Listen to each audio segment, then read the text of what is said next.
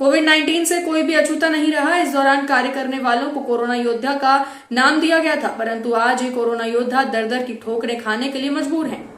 हम बात कर रहे हैं कोविड-19 कार्य करने वाले लोगों की, जिसमें से 4 लोगों को कोविड-19 काल में कार्य किया गया, परंतु आज तक उनका भुगतान नहीं किया गया।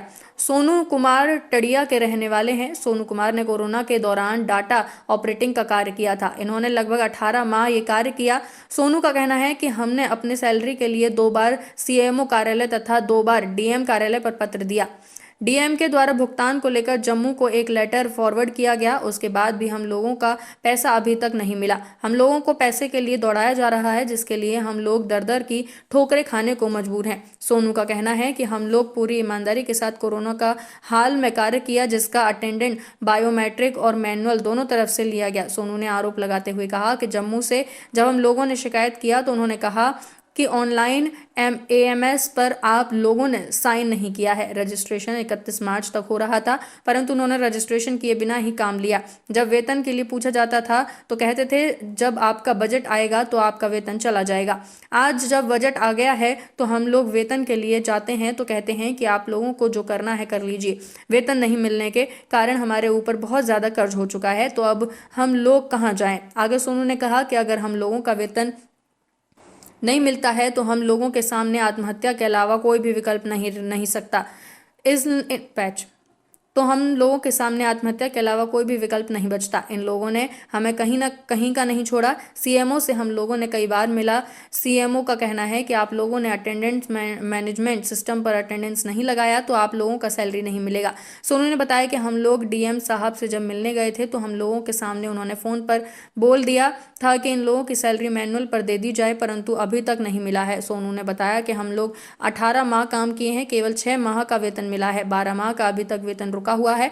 मुख्य चिकित्सा अधिकारी डॉक्टर संदीप चौधरी का कहना है कि जिस कंपनी द्वारा इन लोगों से कार्य लिया जा रहा था उन्हें पहले के लिए बोल दिया गया था। 1 सप्ताह पहले बोला गया है। उम्मीद है कि आज शाम तक उन लोगों की सैलरी जिनकी रुकी हुई है उन्हें सेवा प्रदाता कंपनी द्वारा दे दी जाएगी। मैं सोनू कुमार पुत्र स्वर्गीय प्रभुनाथ प्रसाद तड़िया का रहने वाला हूँ। मैंने कोरोना काल में डाटा ऑपरेटर का काम किया था। हमने वेतन के लिए सीएमओ सर के यहाँ 2 बार लिखित आवेदन दिया, 2 बार डीएम के यहाँ दिया गया, लेकिन कोई सुनवाई नहीं हुआ है। हम लोग का अटेंडेंस जाता रहा है, मैनुअल भी था, रजिस्टर भी था, बायोमेट्रिक भी था, फिर भी कोई सुनवाई नहीं है। वेतन की मांग करने पर सीएमओ कहते हैं कि आप लोगों ने ऑनलाइन एएमएस पे अटेंडेंस नहीं लगाया है।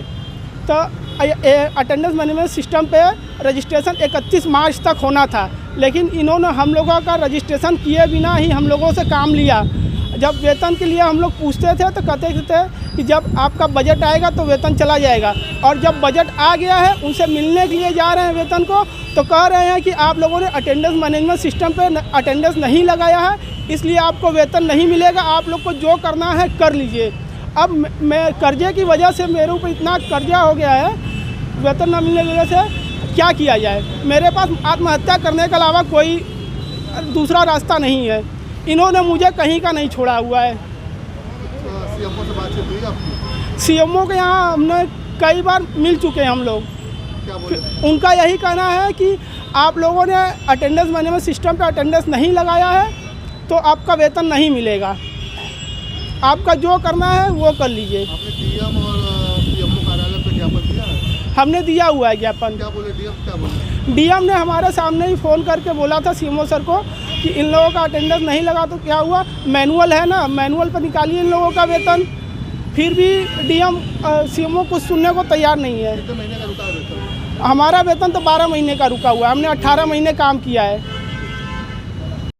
आपको पूरी तरह की जानकारी अभी नहीं है इस बात में। मैं आपको एकदम स्पष्ट बता दूं कि 1 हफ्ता पहले हमारे द्वारा वेतन सैंक्शन किया गया जो और सेवा प्रदाता कंपनी को दिया जा चुका है 1 हफ्ता पहले। अब सेवा प्रदाता कंपनी को ही इनको के अकाउंट में ट्रांसफ़र करना है। अब वो उनसे बात करके अभी आज तत्काल ट्रांसफ़र भी हो गया है और ये कार्य संपादित हो गया है। तो उस दौरान कौन सा संपर्क ये था जो है जो कंपनी थी उनके द्वारा भुगतान? सेवा प्रदाता कंपनी हमारी जो है जी 1 हफ्ता पहले हमारे द्वारा यहाँ से वेतन ट्रांसफ़र किया जा चुका है।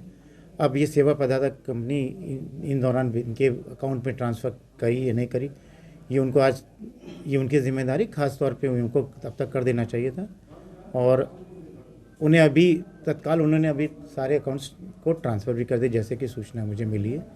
हो सकता है कि बैंक में कुछ प्रोसेसेस में डिले हो तो शाम तक उनके अकाउंट में हो जाएगा। Thank you.